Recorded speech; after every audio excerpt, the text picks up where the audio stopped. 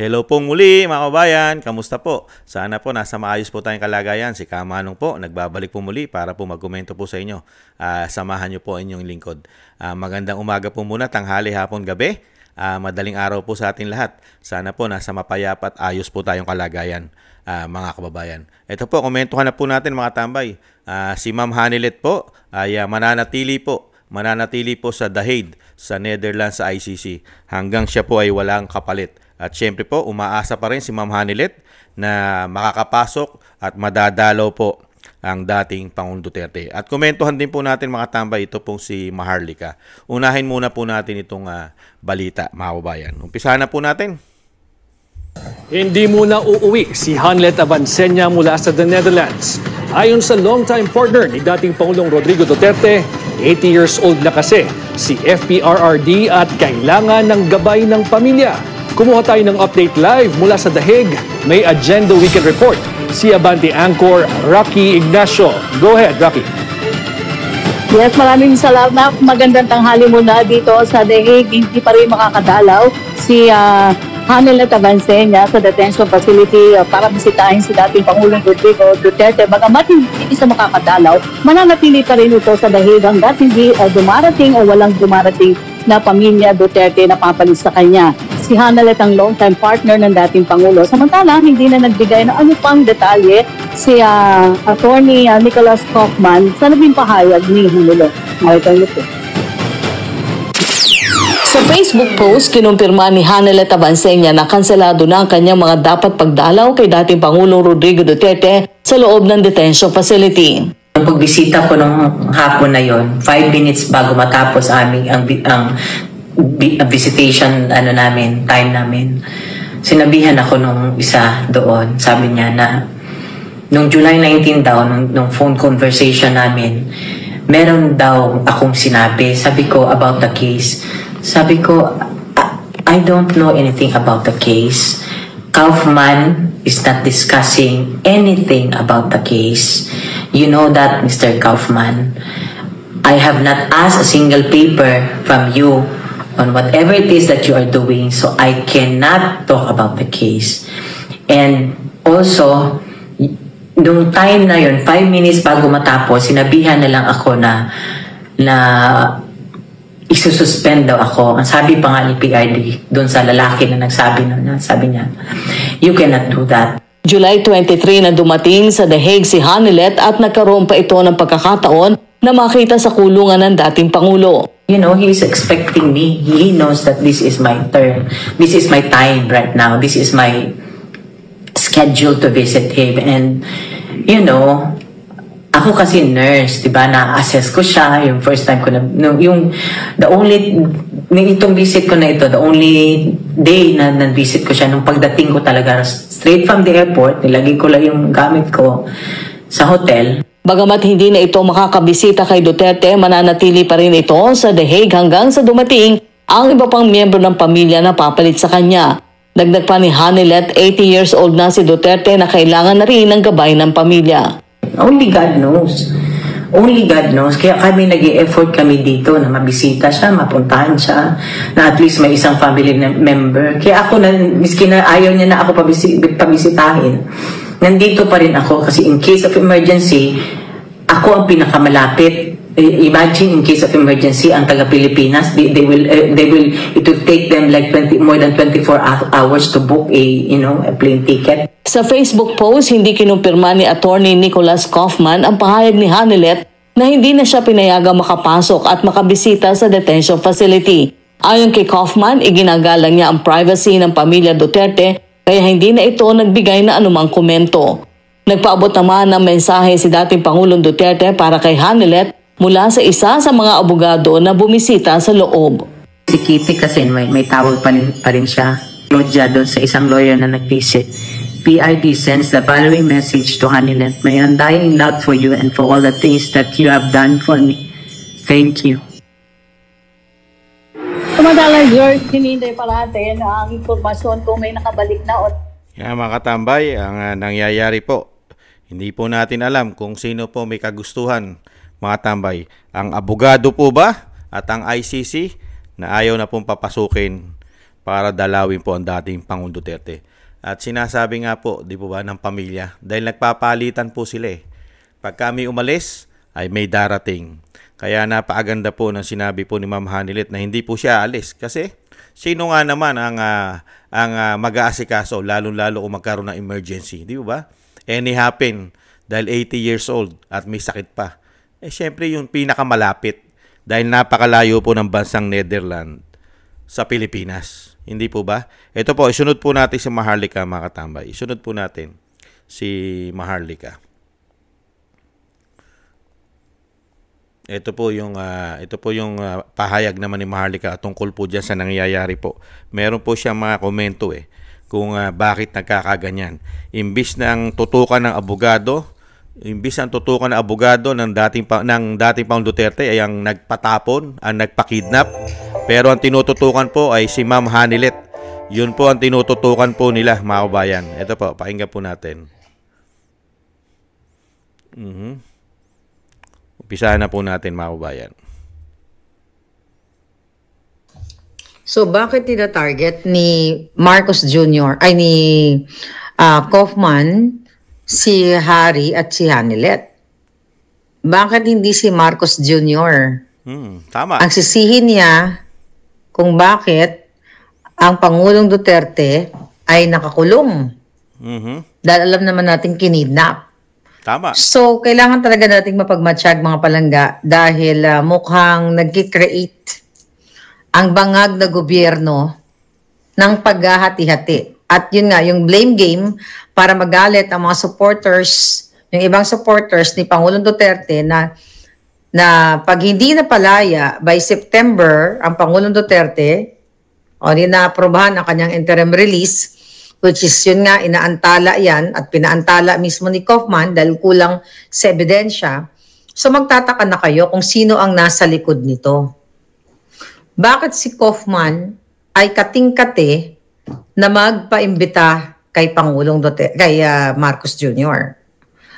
Bakit nakikipagsabuatan siya sa kanyang PR kay Chipmunk para sirain si Hanilet at si Harry Roque?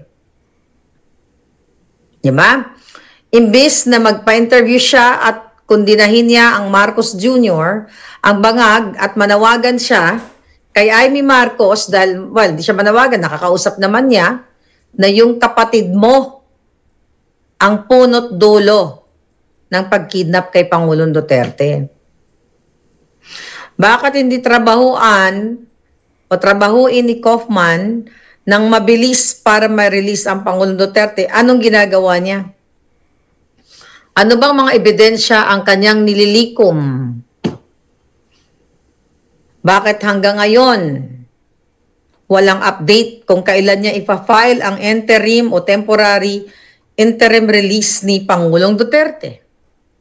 Hindi ba kayo nagtataka? Mag-isip-isip kayo. Bakit si Kaufman ay nakikipagsabuatan sa PR para guluhin tayo? Ulituhin ang mga supporters, pag-away-awayin ang pamilyang Duterte. Si Hanilet, si Kitty versus, yung first family. Wala namang away itong mga to. Nagko-communicate naman sila sa isa't isa.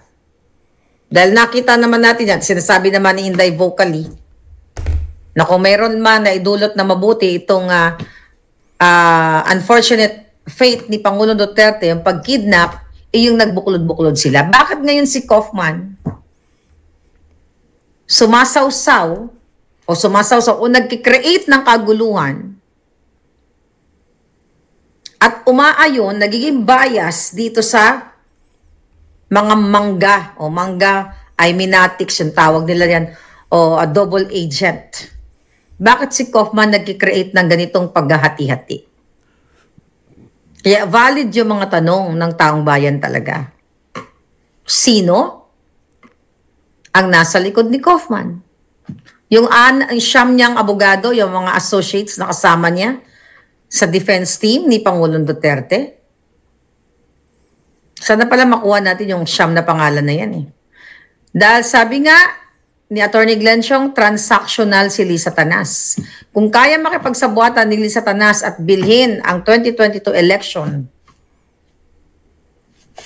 at aregluhin yung kanyang kaso dito sa Beverly Hills, hindi malabong kaya din bayaran ang defense team ni Pangulong Duterte para pagkaguluhan o magkagulo-gulo tayo dito. Dahil na Yan po mga tambay. May katuwiran naman po si Maharlika mga tambay. Kasi talaga pong yung nangyayari po kay dating Pangulong Duterte, talagang bakit nakatuto ka sa pamilya? Bakit tinututukan mo yung pamilya? Samantala yung pamilya, diyan umuhugot ng lakas si dating Pangulong Duterte. Sa kanya pong edad at kahinaan at may sakit pa. Tanging pamilya lang po ang maaasahan ni dating Pangulong Duterte sa kanyang kalagayan sa kulungan sa ICC. Wala pa siyang kaso, wala pang nililitis sa kaso. Yun din ang pinagtataka ng pamilya Duterte, hindi lang po si Maharlika, pati ang pamilya Duterte, nagtataka, kahit tagal-tagal na, hindi po ba? At ngayon, yung sinasabing darating na September, at pag hindi po napalabas po ito, mga tambay, itong interim release ng dating Pangulong Duterte, dahil hanggang ngayon, ang pumipigil daw mismo, ang pumipigil na dito sa interim release ngayon ng dating Pangulong Duterte ay mismo ang kanyang legal team sa pangunguna po ni Attorney Nicolas Kaufman. Nakakapagtaka po mga kababayan, bakit pinipigilan? At ang isa pang pinakamasakit, bakit mo pinupolitika yata ngayon? Pinupolitika mo ang pamilya. Party kasi ng pamilya ito eh. Yung ginagawa po ni Ma'am Hanilet Abansenya, ito po pinag-usapan po ito ng pamilya. Pinag-usapan po ito. Hindi po ito dumalaw lang ng walang pakikipag-usap ito sa pamilya. Di po ba? Dahil nung umuwi ang Vice President, si BP Sara, siya na po ang naging kapalit. Kaya nga po umuwi na ang Vice President. Hindi po ba? Dahil pinag-usapan po nila yan. Dahil nga hindi papayag ang pamilya na walang matirang bantay sa dating Pangulong Duterte. Kahit isa, meron. Dahil alam naman natin si Kitty ay nag-aaral. Di ba? Nag-aaral si Kitty. At siyempre po, mga kabayan, itong kanyang ina, mga kabayan, kung sasabihin po na ito'y pinagbabawalan, hindi po ito pagbabawalan ng dating Pangulong Duterte mismo dahil sa kalagayan niya. Di po ba? Wala na po siyang ibang nakikita ron. Maliban po sa mga ibang lahi. Puro ibang lahi po ang nahandon, napagkikita niya. Wala po siyang nakikitang pamilya ron, araw-araw, oras-oras. Nanaisin niya pa bang hindi makita si Hanilet? Mga kabayan, sa sitwasyon niya? Di po ba? At yung pamilya lang ang mapagsasabihan niya, halos, ng mga nararamdaman at gusto niya sabihin para iparating ito sa buong pamilya. Di po ba? Tanging pamilya lang. Kaya magtataka ka, tamang-tama yung sinasabi ni Maharlika, nakapagtataka, bakit nagkaganon? Bakit ang pinupolitika ni Attorney Kaufman ay si Harry Roque, si Attorney Roque at si Hanilet? Bakit kaya? Ano kaya ang agenda? Samantalang, dapat po dyan, di po ba? Dapat po ang abogado ay lagi pong yan nasa pamilya nakaside. Ang side po niyan ay lagi po sa pamilya. Di po ba? At alam din naman ni Nicolas Kaufman na ang Hanilet ay napakatagal na po itong kinakasama o nagsasama ni dating Pangulong Duterte dahil meron pa nga silang anak. Hindi po ba? Kaya nga long time partner nga po ito. Hindi po ba? Kaya lang ang sinasabi nga po natin, bakit nagkaganon? Ilang beses na pong labas-pasok pagka yung time ay dumating na, yung oras na si Ma'am Hanilet na ang papalit para maiwan at magbantay habang yung mga anak ay may kanya-kanya rin pong ginagawa at taong gobyerno. Nagtatrabaho rin po para sa mga Pilipino dahil mga politiko. Kaya nga po nagkakaroon po sila ng relyebo po, di po ba? Palitan system. Umiikot po ang panahon at araw at oras at buwan sa pagpapalit po nila kung ilang araw po sila mananatili ron. Kaya dito po, nakita nyo po, hindi na po sinasagot. Hindi na po sinasagot ni Attorney Kaufman ang issue po ni Ma'am Hanilet. Ang pinapangatwiranan lang po nila rito ay kagustuhan daw po umano ito ng dating Pangulong Duterte. Maniniwala po ba tayo ron? Nakagustuhan ni dating Pangulong Duterte na hindi niya na makita? Sa kabila ng wala siyang makikita na mahal sa buhay? Dahil iintayin mo pa yung kapalit ni Ma'am Hanilet sa kalagayan ni dating Pangulong Duterte na ito'y isa ring nurse at makikita niya ang kalagayan. Bakit nila iniipit? Kaya dito si Maharlika, nakapagsasalita po si Maharlika na ang ginagawa po nitong ni Attorney Kaufman ay mukha pong may something fishy. Mukhang amoy isda, amoy mabaho. Meron yatang mabaho na under the table. Umano. Dahil lahat nga, pagka pinag-aralan mo nga naman, pag pinag-aralan mo, nilagyan mo ng logic, kayang gawin kasi. Nagawa na nga nila na ipatapon ang dating Pangulong Duterte at kidnapping ang ginawa nila gamit ang puwersa ng gobyerno, gamit ang pera ng gobyerno umano. Hindi pa ba nila magagawa na ipitin at pagtagalin at hindi na makalabas ang dating Pangulong Duterte na alam naman po natin na ang ICC umano ay nagagamit sa politika umano. Pera-pera ang ICC. Hindi po ba? Dahil mismo itong mga miyembro ng ICC, mga prosecutor, ay nagkakaroon po ng anomalya. Di po ba? Nagkakaroon ng anomalya at napakarami ding issue na nililitis po ang mga prosecutor dyan.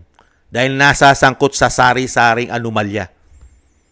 Di po ba? Kaya po mapag-iisipan mo eh. Tanging si dating Pangulong Duterte na lang ang nahandon. Nananatili na lang po siya, isa na lang siya ron. Na hanggang ngayon ay hindi nililitis ang kaso. At yung kaso, ginagawa pa nila. Umano. At ang isa pang pinakamalupit, mga tambay, yung sinasabi ni Maharlika, napakarami nito. Mga kabayan, mayroon pa palang siyam ito na defense team na kasama ni Attorney Nicolas Kaufman. Nakita niyo po yun? Napakarami. Pero walang nagagawa. Dinidelayed. Bakit dinidelayed nila yung interim release? Di po ba? Dahil alam naman po natin na hindi naman po ito maiuwi sa Pilipinas. Dahil ang ICC, hindi naman po ito iuwi basta-basta sa Pilipinas. Dahil kung ang Pilipinas mismo, ang gobyerno, ang nagpatapon, kung mismo yung gobyerno ay pinatapon na sa pangunguna po ng Commander-in-Chief ng Pilipinas, ang nagpatapon, go signal niya, kidnapping ang lumabas, gugustuhin po ba ng isang nagpatapon na pabalikin niya? Ginastusan na po ito umano ng isang damukal na pera umano ng Pilipino yata ang ginastos dyan. Tapos ngayon, pauuwiin mo lang ng ganun-ganon. Di po ba? Mag-aaklas ang mga Pilipino. Galit ng mga Pilipino, mga kababayan. Dahil nagwaldas ka. Winaldas mo ang pera ng bayan umano para sa iyong sariling interes, pamumulitika. Hindi po ba? At isa pa, alam naman po natin ang ICC at ang Pilipinas ay hindi na po nasasaklaw dahil hindi na po sakop ng ICC ang Pilipinas dahil nag-withdraw na po ang Pilipinas sa tagal o sa mahabang panahon. Wala na po silang jurisdiction sa ating bansa. Kaya po hindi rin po basta-basta maiuwi sa Pilipinas ang dating Pangulong Duterte dahil nga po hindi po miyembro. Kaya nga po yung interim release, nire-request po yan sa mga bansa na miyembro ng ICC katulad ng Japan. Hindi po ba? Yung Japan ang matunog na matunog. Pero ang sinasabi nga ng pamilya Duterte nung una, ano po request nila? Di ba? Para lang mamadali, para maasikaso ng pamilya ang dating Pangulong Duterte na hindi na iniipit ng ICC ang pagdalaw nito. Dire-diretso ng pamilya na makakasama 24/7, 24 oras ang dating Pangulong Duterte para maasikaso ang kalusugan nito, lalong-lalo ang personal na pangangailangan ng dating Pangulong Duterte.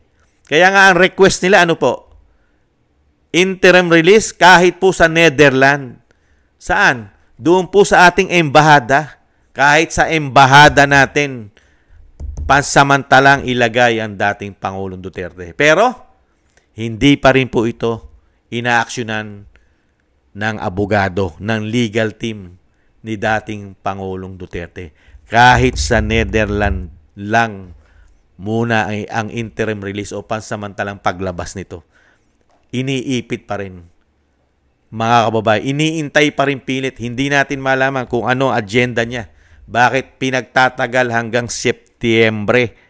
At nasaan na rin po ang sinasabi ni Maharlika? Nasaan na rin po si Amy Marcos? Nasaan na rin po si Amy Marcos? Tahimik na rin po ang Amy Marcos, ang senadora, magmula po nung manalo. Madalang na po sa patak ng ulan magsalita tungkol po sa sinasabing ilalabas, pipilitin niyang ilabas, maiuwi sa Pilipinas. Nasaan na po? Kinakalampag pa ba niya ngayon ang kanyang kapatid ni Senadora Amy Marcos? Kinakalampag pa ba niya? Binabatikos pa ba niya ang ginawa kay dating Pangulong Duterte? Hanggang ngayon ay nasa ICC. Di po ba nananahimik ngayon ang Senadora Amy Marcos? Magmula po siya nung manalo, tahimik na. Hindi po ba? At nagtataka rin po tayo at si Maharlika, mga kabayan, yung nangyayaring usapan. Nagkakaroon po kasi ng closed door meeting na hindi po alam ni Vice President Sara Duterte.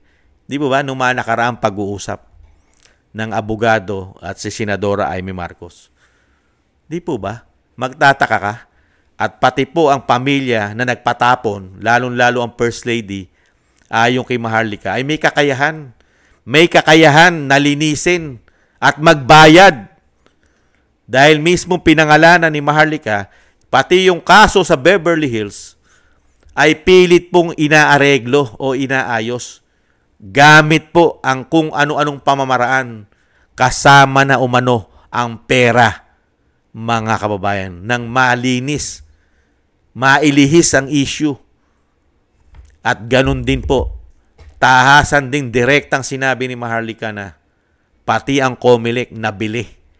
Nabili nila ang COMELEC? Di po ba? Naipanalo ang gustong ipanalo? Naipaupo ang gustong maipaupo kahit mga illegal, umano, at may mga isyong malalaki. Yung iba, citizenship. Yung iba, sinasabi, talo na, nanalo pa. Di po ba? Ang ICC pa kaya ang hindi mabili nito? Yun po ang malaking tanong.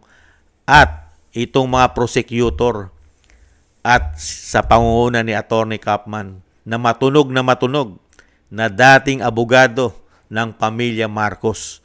Dati raw po ito umanong abogado. Sa tingin nyo, mga kabayan, di po ba? Magtataka ka, mag-iisip ka sa ginagawa nila ngayon. Dinadala mo ang issue kay Hanelet sa kay Roque. Samantalang ang totoong kalaban mo, yung mismong Malacanang na yun nagpatapon. Di po ba dapat yun ang lagi mong binabanatan at binabakbakan dahil sa unang-unang mali ang ginawa ng pag-aresto? Bakit hindi kaya binabakbakan at talagang pinararating sa buong mundo ni Attorney Kaufman ang mali na ginawa ng Pilipinas sa pangunguna ng Commander-in-Chief? Bakit hindi niya po pinaghahayagan sa buong mundo na ang ginawa ng leader ng Pilipinas ay maling-mali at hindi naaayon sa batas? At hindi rin niya po tinutuliksa ang ICC sa illegal na pagtanggap sa dating Pangulong Duterte sa ICC. Hindi rin po niya tinutuliksa ang illegal na pagtanggap at yung illegal na pag-aresto ng Pangulong Marcos Jr. sa kanyang administrasyon at yung kanyang mga kakuntsaba. Bakit kaya? Bakit lihis na lihis ang issue ngayon? Ang issue? Bakit kaya? Gusto kaya nila? Gusto kaya uwag naman sana? Gusto kaya talaga nila na ang dating Pangulong Duterte ay mahirapan ng kalooban? Ma-stress ng ma-stress sa nangyayaring ito? Yan ba ang plano nila? Na unti-untiin mo na manghina ang dating Pangulong Duterte. Kaya mga kababayan, nakakalungkot lang po ang ginagawa po. Mismong abogado mo na, mismong binabayaran na ng pamilya, binabayaran mo na para pumabor sa iyo at lahat ng protekta ng pamilya ay puprotektahan dapat ng abogadong ito. Pero nangyayari, mismo pa yung abogado ang umiipit sa pamilya. Iniipit pa yung mismong mga kaalyado na dapat, kaalyado na mismo dapat at nagmamahal sa dating Pangulong Duterte. Ang iniipit pa ng abogado mo, samantalang yung abogado mo na dapat protektahan mo nga lahat na nagmamahal dyan at sumusuporta. Dahil dyan kumukuha ng lakas ng loob at tibay ng dibdib na lumaban ang dating Pangulong Duterte sa ginawa po sa kanyang pagtitraidor at paghuhudas ng bansang Pilipinas sa pangunguna ng Commander-in-Chief at mga sundalo at pulis umano na nakipagsabuatan po rito. Hindi po ba? Pero nasaan ang abogado? Nasa kabilang side. Iniipit mo. Iniipit mo yung dalaw na walang kapalit. Nag-iisa. Kaya sana po matauhan po rito sana po maisip po ng pamilya ito. Dahil unang-una, ang pamilya po ng Duterte, ng pamilya ng dating Pangulong Duterte, ay hindi naman po sila lahat nahandyan. Hindi po ba? Hindi po. Kaya nga po nagkakaroon po sila ng relyebo. Sana po maisip po at aksyonan po sana yan sa lalong mabilis. Dahil po sa nakikita po ng mga Pilipino at nakikita rin po natin, iba po ang nangyayari po sa takbo. Sa takbo po ng sitwasyon ni dating Pangulong Duterte. Lalo-lalo po sa ginagawa po ng legal team niya. Sa pangunguna po ni Atty. Nicolas Kaufman. Mga kababayan, pamilya na mismo, malapit sa kalooban at puso ng dating Pangulong Duterte, ay ikaw mismo. Ikaw mismo ang sumasang-ayon na hindi papasukin at padalawin. Samantalang kapamilya yan. Di po ba? Kaya maiisip mo talaga yung sinasabi ni Maharlike na kumikilos yata umano ang pera. Pinakikilos po talaga yata nila umano ang pera. Mga kababayan, kayang-kayang bilhin lahat. Dahil mismo si Maharlika ay talagang direct to the point. Ang mga issue at problema ng First Lady ay ginagawa ng paraan gamit umano raw ang pera. Pati ang COMELEC, pati ito na pinagbibintangan na po mismo ni Maharlika na talagang direkta na may something wrong. Baka daw umano nababayaran na ng tinatawag po na kokak at Lisa Tanas, mga kababayan. Yan po mga kababayan, na nakakalungkot po na balita. Yung schedule po ni Ma'am Hanelet na talagang siya po mag-aalaga at titingin. Kaya po siya bumalik. At yan po kasi schedule ng pamilya, umiikot po ang kanila schedule. Pero sa kabila nun, nawalan po ng saysay ang paghihirap at dalamhati na sana'y maibsan kahit papaano ang lungkot ng pamilya. Kinitil pa sa pangunguna pa ng mga abogado ng dating Pangulong Duterte nang nagpapasweldo ay ang pamilya. Mga kababayan, nakakalungkot. Dapat protektado mo yan. Pero ngayon, mananatili pa doon ang Hanelet hanggang wala pang dumarating na kapalit niya. Nakakalungkot po ang nangyayari. Sana po magsalita rin po rito ang Vice President Sara Duterte. Hintayin po natin kung ano ang sasabihin ng Vice President at ng pamilya dito po sa issue na nangyayari po na pinapunta po nila at nagpunta ron si Ma'am Hanelet na wala pong nangyaring pag-aruga at pagtingin sa dating Pangulong Duterte.